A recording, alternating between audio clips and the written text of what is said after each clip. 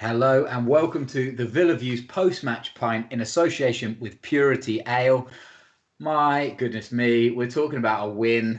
Somebody wake me up from this little dream we're having because Dan Bardell, Villa are still alive. Come on. I know. I mean, first off, Purity must be absolutely relieved after partnering up with us because that being like in a relationship with the club that they are, they'd have been dreading us going on every week at the moment, I think. But we've given ourselves a chance, which is the best thing that we could have asked for. Although it does feel very, very Villa-like that they're going to get our hopes up and then end up getting relegated on goal difference or something, and then it's going to be even more heartbreaking than it was already going to be. But let's try and be positive because we have literally had no chance of being positive on these shows so far. So it is nice to come on here and be able to smile and talk to you about a win. Yeah, I mean, let's talk about it because Villa 2, Palace 0. You know, it wasn't.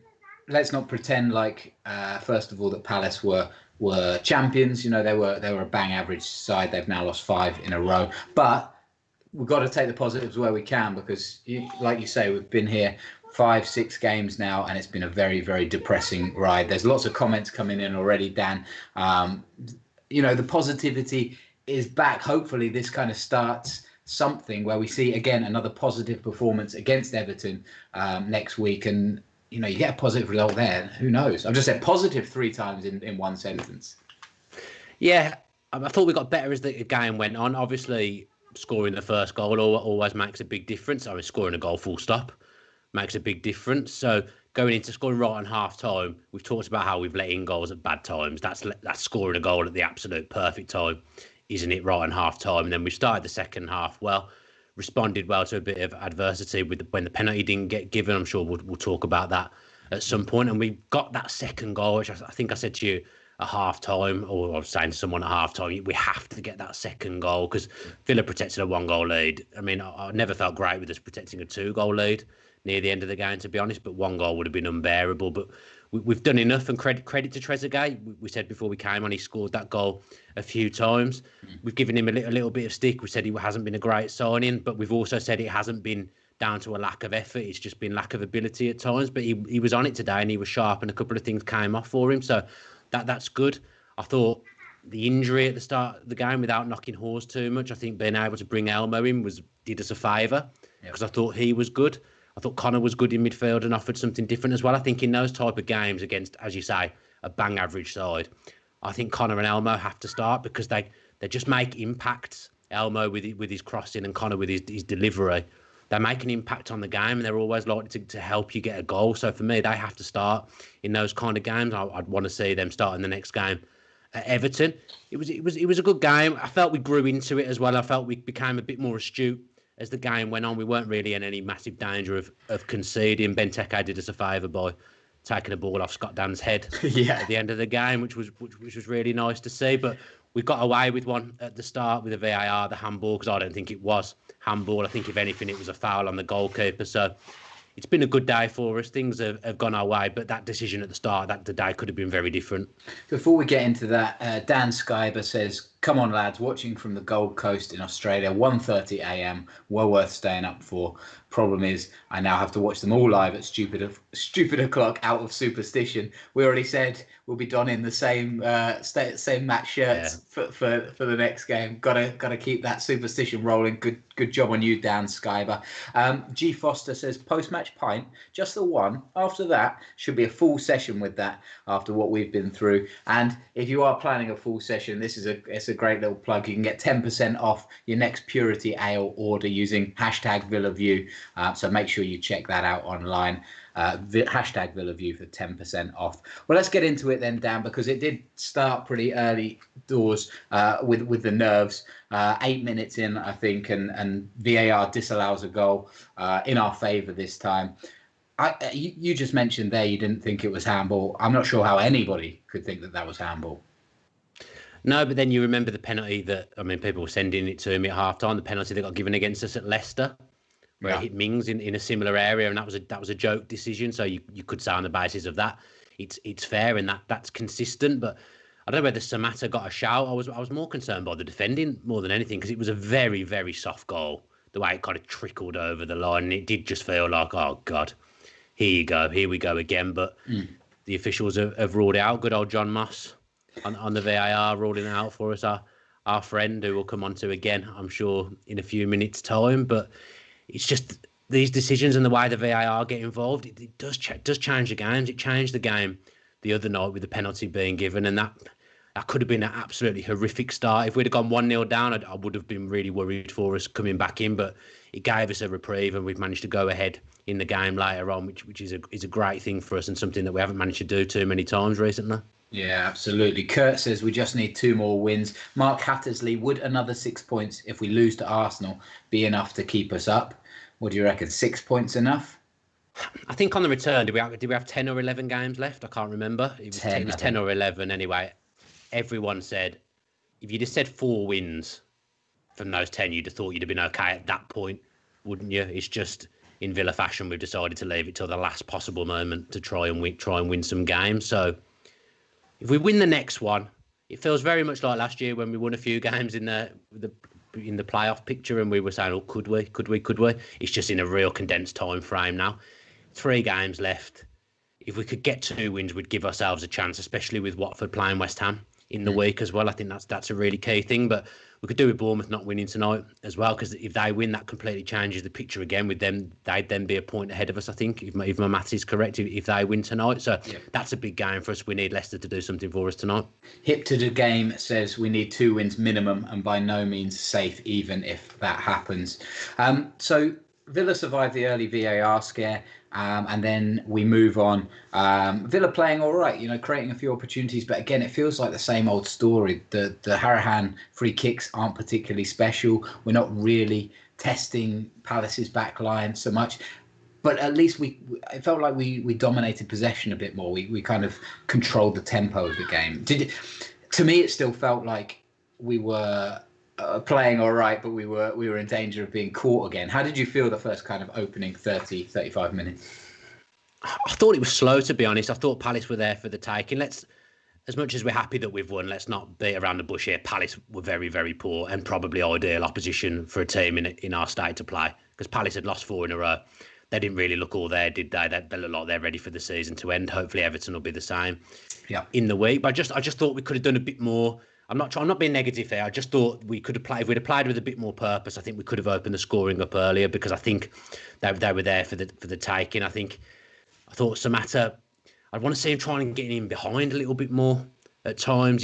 He seems to come short or kind of wait for the ball, when I want to see him playing on the front foot, maybe dragging a defender out and opening up the space for one of the midfielders. There was glimpses in that first half of McGinn where you think he's back, and then you look at him again 5 minutes later and he looks knackered and looks like he's not fit. We're still waiting for that true John McGinn. There was a few glimpses today. Good for him to get 90 minutes under his belt. I just liked the balance of the team a bit more today, because Elmo was always willing to overlap and always willing to swing a cross in, and he's not the best footballer in the world by any stretch of the imagination, but as I say, he's always likely to provide something. He's always likely to put in a half-decent cross, and Samatta got on the end of one of them, and he really should have done better with that. In the first half, I thought that was going to end up being a pretty critical miss for us. But it was better than what we've seen. Let's put it that way. But as I've said, Palace weren't good. Yeah, that Samatta, the header that you mentioned there, it felt like he tried to do too much almost with it. It was a beautiful whipped-in ball, and Samatta meets it really nicely. Just can't keep it down, but a load of power on it. But maybe it felt like he was trying to do too much. It was potentially a little bit behind him, but. Just a shame that we couldn't see that go in, because Samatta, again, player that's lacking a bit of confidence, definitely a little bit goal shy. On the floor. Yeah, his confidence is on the floor at the moment. He was quite lively when he first joined. I remember the Spurs game when we lost 3-2. I thought in the first half he was really causing them trouble, and his link-up play was really good, but we've not really seen that. But let's face it, it must have been difficult leading the line for Villa since the restart. Although I don't think either he or Davis are natural goal scorers or a long-term answer to play as your main focal point. I just think it's been miserable being up front for Villa. There's not been much coming your way. It was probably as surprised as anyone when a decent cross came in and he had a chance to score, because that just hasn't happened, has it? No, it hasn't. Billy Good saying Elmo played very well. Mighty villain. Samatta is better than Davis. Davis cannot score. Unfortunately, that's true right now. We both like Davis on this, but he doesn't have that goal scoring touch. But anyway, Villa playing all right, linking up well, and then the goal comes right at the death in the 49th minute, 4 minutes of injury time there. It's Grealish that gets fouled, Harahan that whips in the ball, and Ballon d'Or nominee Trezeguet, who we've always said right up there with the best of them, is at the back post to stick it away. And you just think, finally, Villa get a goal at the right time instead of conceding one. Yeah, excellent. I mean, look, we've talked about Trezeguet, but the fact, no, it's not a fact, obviously, because it's opinion. Our opinion has been that he hasn't been that great, but we have said it's not down to a lack of effort. He just hasn't been there for whatever reason. It came off for him today. And just because you've criticised someone doesn't mean you don't want him to do well. I'd love him to do well and do that again for the next weeks. It's just the way he is. And especially when you come in on a platform like this and you're talking 40, 45 minutes twice a week, you're going to say a lot of stuff, and we end up saying a lot of stuff, and we've criticised him, but today we'll give him the praise. It's not like we've been hammering him and being really nasty about him, some of the horrible stuff you see on social media. We've just said that he hasn't quite been there, and he hasn't today. He's been there, and we're delighted, and he scored that goal a few times. I think the ball in was quite interesting, because it feels like with Harahan, when he has played, he's been putting, like how Westwood used to float a ball in rather than whip it. It feels like Connor's been instructed to do that, because I know that's not how he usually puts the balls into the box, because we've seen it over the last few years. But for the goal, he whipped it in how he would normally do, and we got some joy off it. And Trezeguet's at the back post completely unmarked. Bad defending from Palace, because he was free throughout that phase of play, and he had a lot to do. It's a good finish to get that back across and put it in the net. He showed some good composure there, and I think that's something that's been lacking from his game at times, but he does seem to like that goal at the back stick. I've just seen a comment from Kurt, Trezeguet. I like that a lot. I'm gonna take that if he continues to be on this upward trajectory. I'm definitely going to take that and use it as my own. For the second half, let's bring in our first guest of the afternoon, Sean Jones from 1 to 11 Kits. Should appear, and there he is. Now, Sean, last time you were on this, you caused a crash in the system. So I'm really hoping that you're going to bring the goods today. What did you make of the game? Mate, I'm absolutely delighted. Oh my God, we've got three actual points from one match. It's incredible. It is absolutely incredible. Pleased. If analysing just that game in itself, it's a pleasing performance. It was good to see us scoring more than the opposition, and walking away not head in the hands, absolutely depressed, wanting to kill myself. If we do go down, at least we go down fighting, and that's the main thing. Yeah, clean sheet as well. We haven't really spoke about that so far. The fact that we've kept a clean sheet must be massive. I mean, I think the commentator said it's Pepe Reina's first clean sheet since 2013. It felt like it was our first goal since 2013 today as well. But to keep a clean sheet, it's massive, isn't it? And that will only help boost confidence. I think it cements Reina at least for the next 2 or 3 games. He made some good sides. Yeah, he did, and you could always hear him. I've always got it on the silent version of the match, and you could hear him shouting at everyone. So he's definitely up for it. He definitely wants to prove himself. It's just some odd decisions at the Leicester game, but yeah, he had a good performance today. But it was against, as you've already pointed out, it was against a Crystal Palace side that are one of the lowest scorers in the league. So getting that first goal was absolutely crucial, and I always thought it was going to come from a set piece. Yeah. So after half time, Sean, it looks like Villa may have another golden opportunity. Jack Grealish goes down in the box after, let's say, a heavy challenge. What did you make of that challenge? Because the whole situation just seemed a bit odd to me. I'm not actually sure I understand what a challenge is anymore. Yeah. I don't actually know. So if we're going on the Manchester United game, then that's a penalty, isn't it, for us? Yeah. But based on what I actually think a penalty is, then no, it's not a penalty. It was soft. This is what's so annoying, is that we get the penalty given against us on Thursday, and then they come out and say that shouldn't have been a penalty. So then we have a penalty given in the exact same situation. But because they've come out and said that isn't a penalty, we don't get it again. So we get punished twice. I want to jump in here. I just want to jump in here quickly, because I actually think that Jack Grealish kind of counts himself out of it, because it's such a forced motion that he makes. It's not because he gets stood on or he stands on whoever.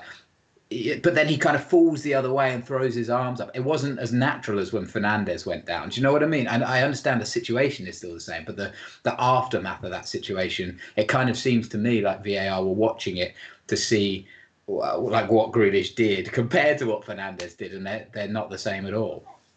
Fernandes screamed like he's in a ghost. Yeah, but it's a different. It was the movement. The movement was so unnatural from Grealish. I'm not sure that matters. I thought Fernandes' movement was quite unnatural, to be fair, as well. All right, Sean, you're here for a reason. You settle that.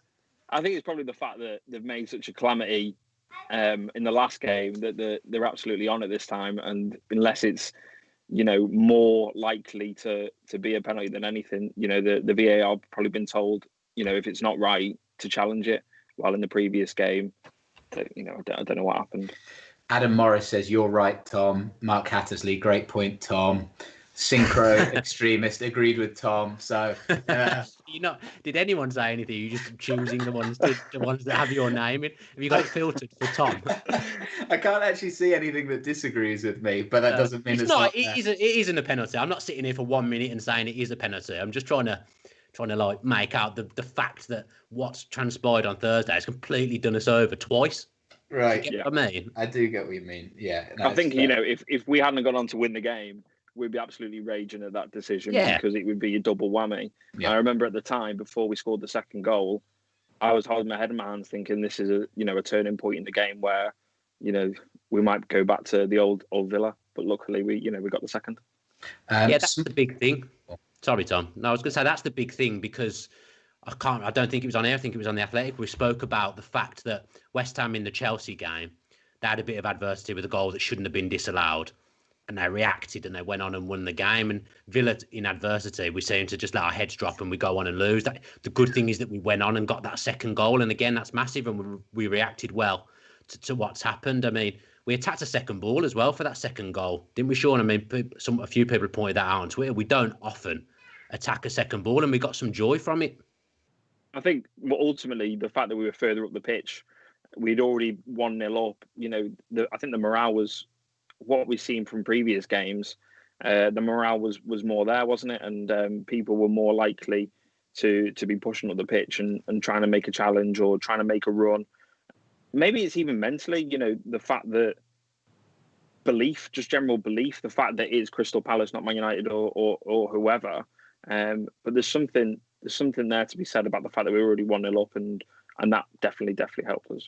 Yeah, and I think we talked about this last week after the Manchester United game where, we were playing in second gear, Man U playing, it felt like a training game for them. At least every ball was contended today. It felt like McGinn was chasing after things. Trezeguet was chasing after things. We were battling all the time. Every loose ball was there to win. And that felt so refreshing. I think, like you said at the start, Sean, being able to say, if we go down, we go down. But at least there's a bit of fight about it. At least we're not going out with a whimper. Smog UTV is asking the real questions here. Is Sean, a Scene, or a Shaun? I'm not a Scene Bean. I'm a Sean Bourne. Okay. S-H-A-U-N. Very good indeed. Sorry to derail it there. So yeah, I mean the second goal comes from that header. What's going on there? It's the rabbit. The rabbit's decided it's time to try and escape. He's absolutely going nuts. Fair enough. I might go and rectify it. Carry on. Go on. So the second goal comes from Douglas Luiz's header. The rabbits have thrown me right off. From Douglas Luiz's header that comes back in. Palace are the ones that are slow out, Sean. So many times we've seen Villa being those ones that are slow to react. It was quite comforting watching another team be more incompetent than we are. And thankfully, it fell to the guy who had already scored.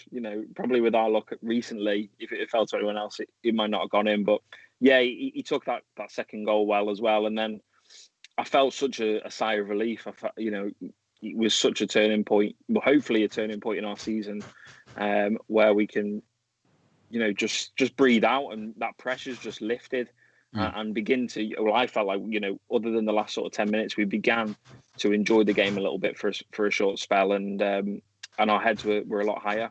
Yeah, absolutely. Dan, Simran Sinkera says the rabbits are celebrating, and they really are. She making a noise, or you bang on the back of the stand. Yeah, exactly. Yeah, just doing that. I would ask this to you both, Sean first, and then you, Dan. Would you make any changes for Thursday's game? No, definitely no. You wouldn't change a winning team. And who else would you put in? We've got to try. It's still not in our hands, even though we've won today. We absolutely have to try and win that game against Everton. We have to believe that, we've already took 3 points from them at home this season, that we can do it again. They've not really got the, a majority of stuff to play for, and we have to get that first goal. It's so crucial.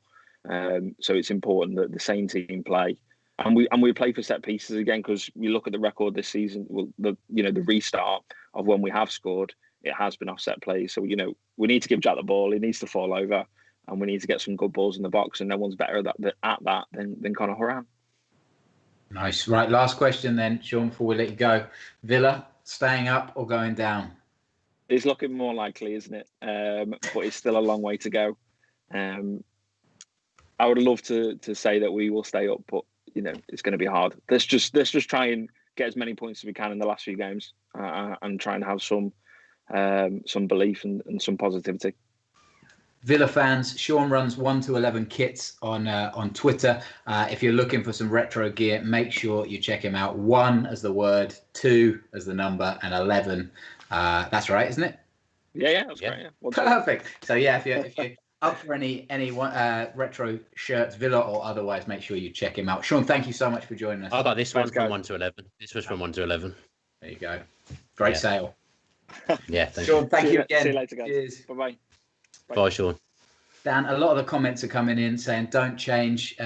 Interstellar Dweller, same 11 depending on Taylor and target. Smog UTV, keep a right back at right back. Ewan Whitelaw, don't change it at all. Everybody agreeing that we stick with the same team. Who would you play at left back if both are fit? I've got to be honest, when I see people moan about Neil Taylor, I never really understand it, because he's quite low maintenance. And as a backup left back, I think Villa have got a lot bigger problems in the world than the fact that Neil Taylor is their backup left back. I think he's been okay, but Target has finished the game, and if he's fit, he's the number 1 left back, so I think he probably starts. We've won the game with Target on the pitch today. We were better in the second half than we were in the first half, so Target stays in for me. Yeah. I think that's fair. The criticism on Neil Taylor, I think, was fair at the time. He was going through a real dramatic lack of confidence, and he didn't offer anything going forward, and he didn't offer an awful lot at the back either. I think there is time where there was justified criticism, but since the restart, I think he's been a solid left back. Yeah, as I say, he's just low maintenance. It is what it is. He's the backup left back. We're Aston Villa, who've just come up from the Championship. We've already bought in 50 million players in the summer. I don't think we could afford to then just bring in a backup left back as well and shift Neil Taylor on. So having him as backup's not a problem for me at all. It's the same as Elmo, really. Elmo's the backup right back, but to come in for certain games, I think he's perfect. You are low watching, maintenance. You are watching the post-match pint in association with Purity Ale. I tell you, Dan, this one is tasting a lot better than a lot of the ones previous, because it's been a bit of a struggle to drink or watch anything Villa related. Make sure you use #VillaView for 10% off if you are visiting Purity Ale. We get a little bit of money, they get a little bit of money. Everyone's a winner. So Dan, a 2-0 victory, and another man, the same man that we've talked about almost every week is Douglas Luiz, and he was again involved in our goals, in our build-up, and again his work rate, and he was the one driving people on. He's just been the revelation of this restart. Yeah, he just looks so astute now. Defensively, his positioning's come on leaps and bounds compared to what it was before the coronavirus stuff. He's been excellent. You can't argue that he's been our best player, and it's now like you're becoming used to that type of performance. Like McGinn in the last season, you just became used to the way he played, and he'd give you the same pretty much every week. It's a bit like that with Douglas Luiz now, and he's been really excellent since we started again. It's just the problem is that we didn't have the time at the start of the season to bed him in, and I think he let us down at times and cost us goals. But you have to persevere with it, I guess, and we have done, and we're reaping the rewards now. I just hope it's not come too late and that he ends the season well and he ends up leaving us, because Pep will be watching this and he'll be thinking he could be ideal for Man City. Because for a team playing on the front foot all the time, I think he'd be really good. And the fact he's worked on his defensive side of his game, Man City have got that buyback and they can just pick him off from us whenever they want, really, for double the money, which to them isn't a lot of money, is it? Man City have got a ridiculous amount of transfer funds. So it's just a really weird transfer. You kind of feel like we don't own him, even though we do. And that was always my problem with it a bit. But it's been great to watch him since the restart. Yeah. Martin Dutton says Luiz was class. Douglas Luiz looks a lot more composed on the ball and not afraid to play between the lines. That one from Sean Kelly. PSK, Luiz was superb again. Jack and McGinn look better and look more match fit as well. We've got an enemy in our ranks now, Dan, as we bring on our next guest, Justin Hill, a Palace fan. And he can't be pleased with what he's watched over the last 5 games or so. Justin, first of all, my old pal from Croydon. First of all, how are you? And second of all, what's it like being a Palace fan right now? You might be on mute, which might be better for you. Yeah, we can't hear him. We still can't hear you. He's gone. You've taken your headphones out. Now we can. Headphone issues. I went through the washing machine and I've never been the same since. Oh dear. That won't help. No. I'm fine. It's good to see you virtually in Germany. It's a weird one being a Palace fan at the moment, I have to say. Like, I think there was a lot of optimism going in to the kind of restarted season, especially after beating Bournemouth live on BBC One, and then it sort of went totally off the rails because we were talking then about Europe, which I always thought was a little bit ambitious. And the last time we ended up talking about Europe was when we were under Pardew and we went on a massive losing run, ended up nearly getting relegated, and the kind of same has happened now. I even tweeted Tom in the week and was like, this will be the game that you'll probably win, because we just haven't really been performing well at all. But we're safe, and I think that was every season. That's always the objective for me, at least. Like, if we can get to the point where we're staying up, then we can start to build. And so we've got our Category 1 status for the academy now, which I think will be a big thing in the long-term future. But it's just kind of what happens next, I think. Yeah, I was quite surprised by Palace. I know that they've been on a bad run, but obviously you'll know that we've been rotten since the restart. We've been terrible, but it was amazing to see someone at the start of the game that looked worse. But the big turning point in the game is the goal obviously getting disallowed. The game probably goes in a completely different direction. I mean, we've had all kinds of issues with VAR. We had an awful issue at Selhurst Park earlier on in the season. What was your viewpoint of that early goal that got disallowed? I mean, it in a way it would be. I would be in disbelief if it wasn't kind of, as you say, the kind of standard for VAR over the season. I mean, it was an awful decision, and the fact that the burden of proof of VAR is meant to be a clear and obvious error, the fact that you could kind of zoom in on a shoulder and say like, oh well, that's clearly handball, enough to kind of overturn the decision, just boggles the mind. And I think you're right. If that goes in, kind of we are much more comfortable defending a lead, catching teams on the break, that would be different. But even then, I'm kind of not confident we would have seen out the game because we say we've been bad. But I think that early goal would have kind of been a big settler. But yeah, I mean it's VAR and it's always a risk that something crazy is going to happen, and even more so since the league's come back. Yeah, and obviously, Jack Grealish denied a Stonewall pen, Justin, as well by VAR. So we were texting during the game. What did you say? If this was given, then I'm done with football. It's over. Yeah. I mean, it's one of those where in real time it looks like this could be a foul, but actually then when you slow it down, he steps on Van Aanholt's foot. So yeah, I mean, I can understand the frustration because it's a kind of another thing. It's that inconsistency with VAR, so I can understand the frustration from the point of view of Villa fans, but equally, I mean, I would say I'd have been livid, but again, I'd have just been resigned, like, oh, this is standard Palace falling apart. But yeah, I'm glad in a way that got addressed, but we were bad, so it didn't really change much. You came alive a little bit at the end of the game, though. I know we were obviously 2-0 up, and we had something to protect, which is never a good place for Villa to be in, usually having something to protect because we mess it up. But does it annoy you a bit that it takes for you to be 2-0 down to have a go and have an effort? Because if you'd have played on the front foot today, the confidence of Villa was low. We'd have been there for the taking. Yeah, I think it's partly, we left it late. I think the other problem is Roy often leaves his subs really late. And so you start bringing on people like Riedewald, you start bringing on Townsend and people that can kind of make a difference. So I'm surprised at the lack of effort, because I mean that stuff that Zaha posted before the game about the kind of the racist I was going to ask you about that.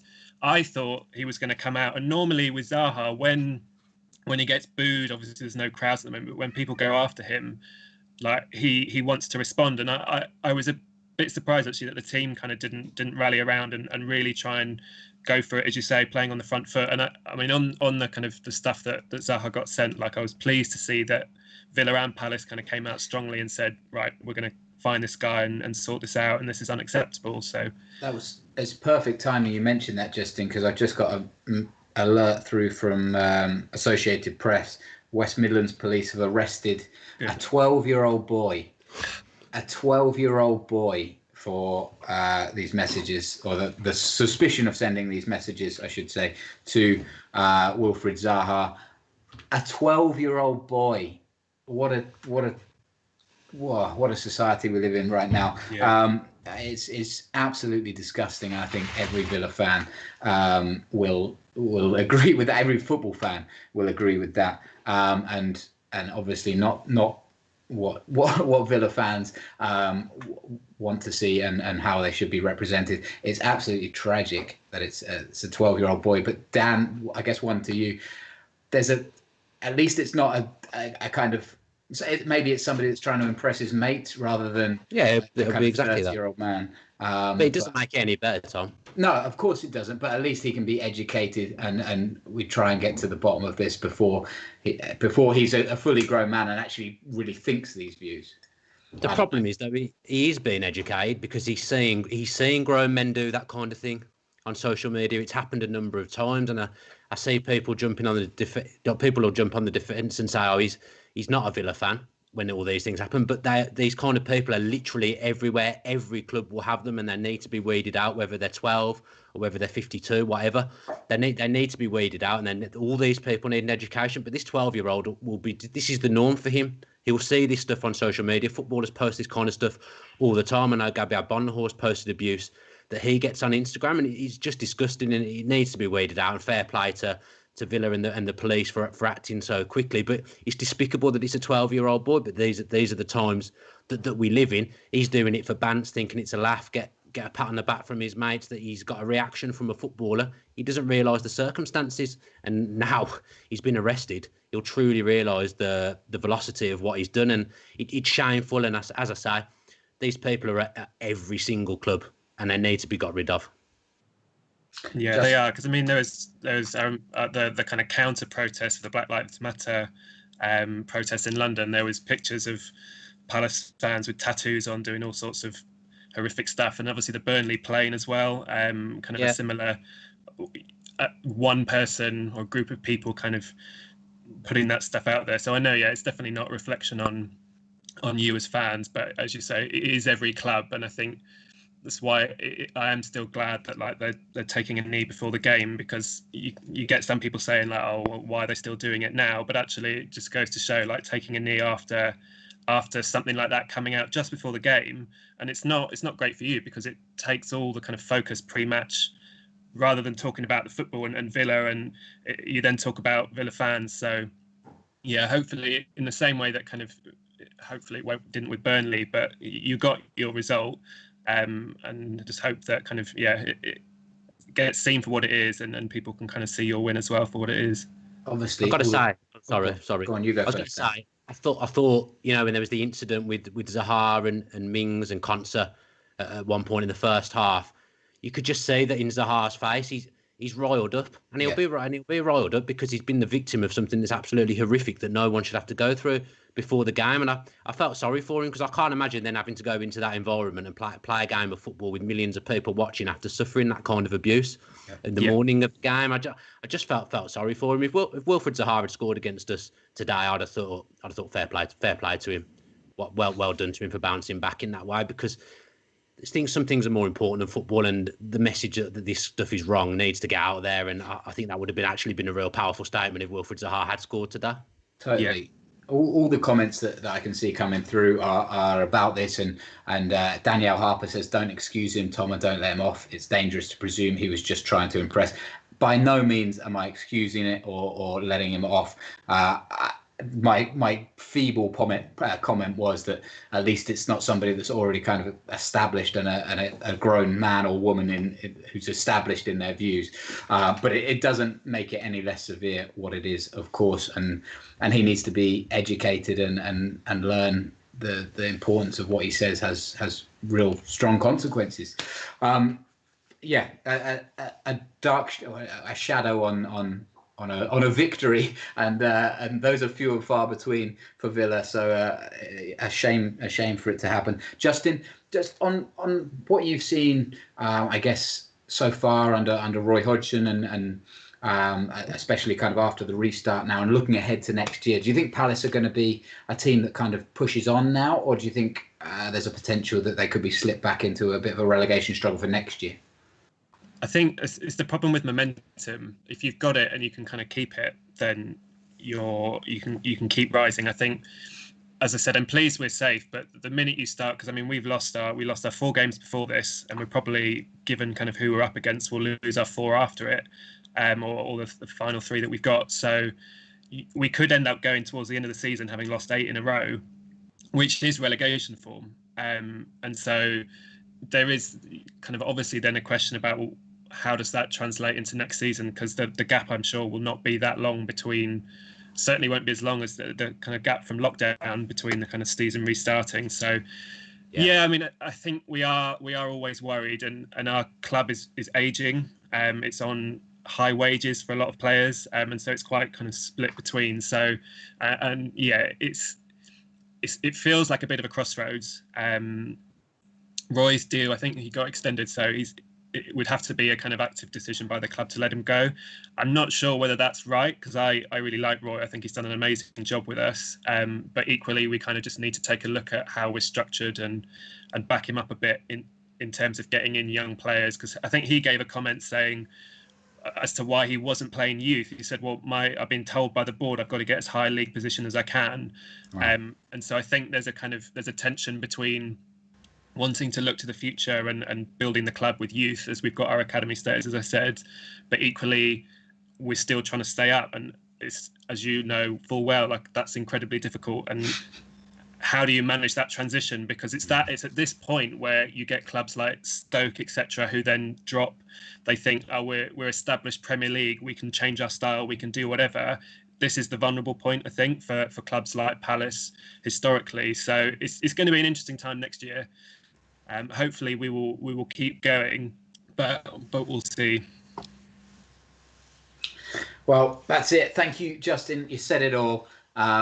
Really good to have you on, and I mean, not really best of luck for the rest of the season, because I guess you're in that safe space right now.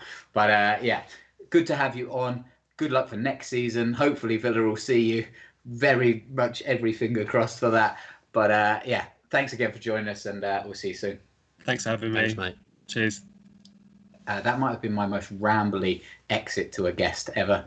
I'm not sure where I was going with that, Dan. I knew your point you were trying to make. I feel like I lost myself a little bit in this news of the 12-year-old being arrested. That has really rocked me. It's such a horrible thing to think about. Yeah. And again, all of our best wishes to Wilf Zaha. And hopefully this kid gets himself sorted out. We've got one more guest coming on in a little while, Dan, because we've got to celebrate this. We've got to make this purity post-match pint last as long as possible. If you had to pick a man of the match today, who would it be? I think the first half I would have been very much leaning towards Elmer. I thought it's one of those ones where there's a lot of 7 out of 10s, and if you get most people at a 7 out of 10, you'll be okay. I'd probably, if I push, have to give it to Elmer. Not Trez. Trez doesn't get it for the goals. I just thought Elmo had a big impact in the game, and I think the way he came in, it's not always easy to play he's preparing to be a sub. Let's face it, the team's been named. He's not in it. That guy's preparing to be a sub, but he's an experienced pro. He's come in and he's done his job, and I think he's made a difference to the team. You probably should give it Trezeguet if he scores 2 goals. I was just very impressed with Elmo in general today. Yeah. Danielle Harper, Luiz, man of the match. Christos Pavlo, Hurahan. So a few different options. I thought Jack showed a little bit more swagger than we've seen in the last few games. Maybe his confidence is peaking up a little bit. I thought he looked a bit more relaxed today, right? Which is a big thing. People, I've seen him getting abused on social media, which is an absolute joke and shouldn't be happening any day of the week either. But I just felt he was a little bit more relaxed today and playing his natural game a bit more. It wasn't like a dominant display from him by any stretch of the imagination, but I think when he's been out on the left, that's when we've seen the best of him this season. And obviously he was moved back there today, and I think when he's got Connor in the team, who'll make his way over to the left if Jack comes inside, I just think that works better for Villa, and that's why I'd be keeping that team for the foreseeable. Yeah, very good. All right, we've got our last guest ready to come on, a man who loves a Twitter war, so we can make sure we plug his socials before the show is out. Adam Jukes, welcome to the Villa View post-match pint. What did you make of today's performance? Hi guys. Hello, nice mate. to be on. Yeah, I thought we did all right. Not bad. I mean, I think you guys covered it to caveat. Like, Palace were very poor. Clearly nothing to play for. Quite similar to the Everton performance against Wolves today. Just didn't fancy it, but for once we took advantage of it. So can't complain for once. Yeah, that's the big thing. And the scoring the goals at crucial times, it's not something that Villa have been good at this season, is it? But we've done it today. Goal just before half-time and a goal just after half-time. It's enabled us to relax a bit more, which is a massive thing, I suppose, when you're lacking in confidence, as the lads will be as well. Yeah, exactly. I think the big difference for me was, like, we're good enough to compete with people. We've shown that through the season, but it's the confidence thing. We just get knocked and we just drop off. It was the same against Man U. You know, we competed well, we got the penalty against us, and then we were done, and the mentality was gone. But you could see us grow and grow today, and it was nice to see us have that confidence to press and chase the game. And you guys said it already, but McGinn, Luiz, Hurahan, all just pressing the ball every time. We were winning 50-50s. I don't remember the last time we won 50-50s. And for me, it's a confidence thing, and it's the same with Trezeguet. He was, for me, really poor until the goal, and then suddenly he just came alive, and you could see him grow into the game, and he was chasing and pressing again, and he got his second, and he deserved it. Does this change your view, Adam, in terms of our final finishing place in the table? Do you think we've got the cojones to stay up, essentially? I mean, it's tight, isn't it? I watched the Everton game today, and they don't look like they've got anything at all. So I think that could be a win if we turn up like we did today. I wouldn't expect anything against Arsenal. They look pretty good under Arteta since the restart. So for me, it's on Watford, West Ham. I think if that goes in our favour, then we've got a shot into the last game of the season. But I mean, it's up against us, right? But yeah, it's hard. We're not out of it, and that's all we could ask for after the run we've been on.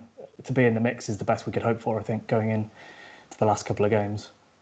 Yeah, we could have been coming on here today and basically knowing we're relegated, which would not have been a happy place to be at all, which is a big thing that we're not. But taking an annoyance away from the game, I wouldn't be a Villa fan if I wasn't doing this, but we only needed a few more performances like that this season against bang average sides, and there's a lot of bang average sides in the Premier League. Just a couple of more displays like today, and we'd have been okay. And that's the really annoying thing, is that we've shown today we're capable of winning those tight games against poor opposition, but we just haven't done it enough. But it wouldn't have taken much to be safe this season, and I think that's the overarching thing for me. It's really annoying. Yeah, I totally agree. One of the battles I've been, as Tom pointed out, fighting on Twitter quite vigilantly is that, for me, we're not that far off this season, and there's a lot of doom and gloom, but there's a lot of marginal things that have happened this season for me that have just tilted it against us. And all right, we've not been good enough. We wouldn't be in the position we are if we were good enough. But a couple of little things in our favour would have given us that confidence to kick on. And I think if we stay up, and this is looking too far ahead, but I do think we'll be okay to build and kick on, because I don't think we're that far off being competitive in the kind of lower mid-table initially, and then see where it goes. But yeah, I mean, that's what the Premier League's about, right? It's small differences and marginal things. So it's the way it goes. It's Sergeant SGT Gilco, if you want to take it to Adam and give him some. Please don't. Give him some grief, because he gets hooked in. He loves to bite on those. I love a bite. I don't know if you gentlemen saw, it was right at the end. Benteke actually got sent off after the final whistle for an off-the-ball incident with Concert, I'm led to believe. So Benteke, Adam, I wanted to bring this up because it felt like he was still playing for Villa at times. There's one where he takes the ball off Scott Dan's head, and Scott Dan is going to bury that for sure. It's a bit of a shame to see Benteke kind of just wilt, essentially. Yeah, I mean, I'm fine for him to wilt against us. That's Yeah. totally fine for me. But yeah, I had my heart in my mouth when that cross came in because Dan was going to bury that. There was, he was completely free. But I mean, yeah, to be honest, like I would have loved to have an on-form Benteke this season, no doubt. I mean, I think you can. I know you guys both have your opinions on Wesley, but for me, if he'd grown into that role, for example, I think we'd be a couple of points better off, and that could have been the difference this year. But I mean, I read that we tried to get him again in January. I think that's the general consensus, right? So he hasn't scored back-to-back goals since 2017, though, as well. So I'm not sure necessarily. He was a perfect signing for us on that basis. Yeah, the forward boy of Aston for sure. Yeah. I think that stuff about him coming back, that from what I believe that and what I know, that isn't true at all. His agent's talking rubbish. Yeah, his agent likes a chat, and from what I believe and what I hear, that isn't true at all. I think it was more the other way around of the agent touting him around at clubs, from what I hear. But it's sad to see him regress. But I stand by that. There's a good striker there. Palace just don't play in a way that suits him at all. They don't get the ball in early enough. I actually think if he was playing in our team, I think he'd score goals, because I think we put a lot of crosses in and a lot of good deliveries, and I think he'd be the man to get on the end of it. Because I don't think he's lost that. He's just having to do a lot more on the floor, it feels like, at Palace than he used to have to do at Villa. The whole Villa team was built around him.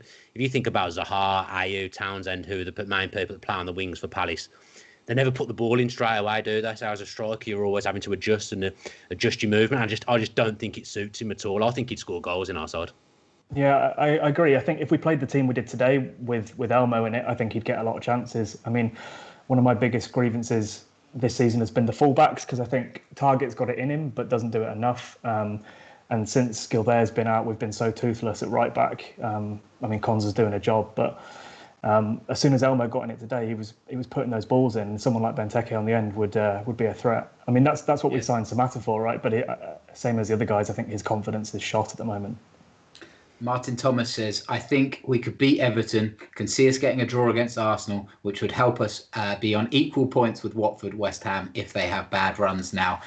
It's quite nice if we are drinking the Kool-Aid, that at least the comments feel more positive. They feel like people are, at least until Thursday, going to be on this kind of, but if we do this and if we do that and then we can do this and then we win the league. At least that to me feels better, Adam. I don't know what you feel like this, but at least we have a little bit of hope rather than being dead and buried. Mate, to be honest, I was just glad to be coming on after a win, because very fortunate. Dan, I was worried for you, mate. After the last one, you looked really down. So, do we have to get nice exactly this? Do we have to get exactly the same guests on now in a superstition run? Do you think? For me. It's a difficult one, isn't it? The good thing for us, Tom, I suppose, as well, is that we get to do another show on Tuesday in the Loot Live Lounge, and the fact is that we'll still be talking about that win, so that's quite a big thing as well. We haven't got the fast turnaround of games. We've got till Thursday to enjoy a win now, which is good. Yeah, I think I'll start feeling sick about Tuesday night, to be honest. It'll be talking to you where we go through the reality of what's about to happen, and then it'll all go like this. All right, last question then, Adam, because it's only fair. It's a nice and easy one. Staying up, going down. What's going to happen? Nice, easy one. I'll punt on staying up because we're in a positive mood. All right. I like it. The kiss of death.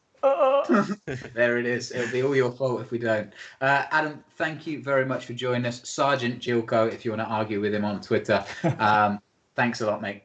Thanks for having me, guys. Cheers. Cheers, man. So that's it. Celebrating again. Yeah. And why not? Why not? It feels like, my purity went down super quick.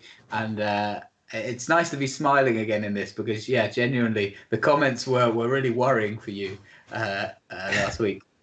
To be fair, because I can obviously see myself when we're doing this, I'd forgotten that I had teeth, so that's a great thing. That's nice. Doing this. Always nice to be reminded of that. Yeah. Let's have a quick look at the table then, Dan, before we get out of here, because for once it doesn't look quite as bad as it has done. Villa now rise above Bournemouth and give themselves a fighting chance of staying up. Obviously, Watford and West Ham still pushing away, and the pressure is still very much on Villa to try and catch them up. Watford and West Ham play each other on Friday night after we've played Everton. So, there's a potential on Thursday after we've done the post-match pint that we're looking at a very interesting table. There's a potential there that we lose that game and it's not so interesting at all. And Bournemouth win tonight and it's all gone to pot again. But at least there's a fighting chance. That's the massive one tonight. The picture could look very different after the Bournemouth game tonight. That is a huge game for us now that we've won, because if they win, it obviously puts them ahead of us in the mix to stay up. So people are kind of discounting the fact that Bournemouth could actually still play a part at the moment. So we really, really need the Leicester boys to come good for us. Come on, you Foxes. That's it. All right. Well, this has been the post-match pint in association with Purity Ale. As I said before, you can get 10% off online using the hashtag VillaView discount code. So make sure you do that. Helps us, helps them, helps the channel grow. Also, if you wouldn't mind subscribing, if you've been commenting here and enjoying what you've seen over the last few weeks, make sure you hit the subscribe button, share it with other villains, because, again, it all helps us to grow the channel and look towards next year as well to see what we can do. And we've been very fortunate, Dan, that in this time of lockdown, we've been able to try a few new things. They're not always the easiest. They don't always work the smoothest, but we've got a good team behind the scenes who are really putting all this stuff together. And it's not all free. So having these sponsors and this support is really helpful for us. Yeah, fair. Adam must be just waiting for us to end this show now. If he goes off without a hitch, he'll be absolutely delighted when he can sleep well tonight. He can have a Sunday roast and enjoy it if we manage to get off air without any problems. Well, let's do it then. So we'll be back on Tuesday, 7 p.m. UK time for the Luke Live Lounge in association with Luke 1977. We'll be giving away more Luke Roper gear, so make sure you join us for that one. We'll be back on Thursday night after the Everton game for the post-match pint as well. So loads more content coming up this week. If you've enjoyed it, hit the subscribe button on Twitter, Instagram, YouTube, and we'll be back. But for the moment, it's up the Villa.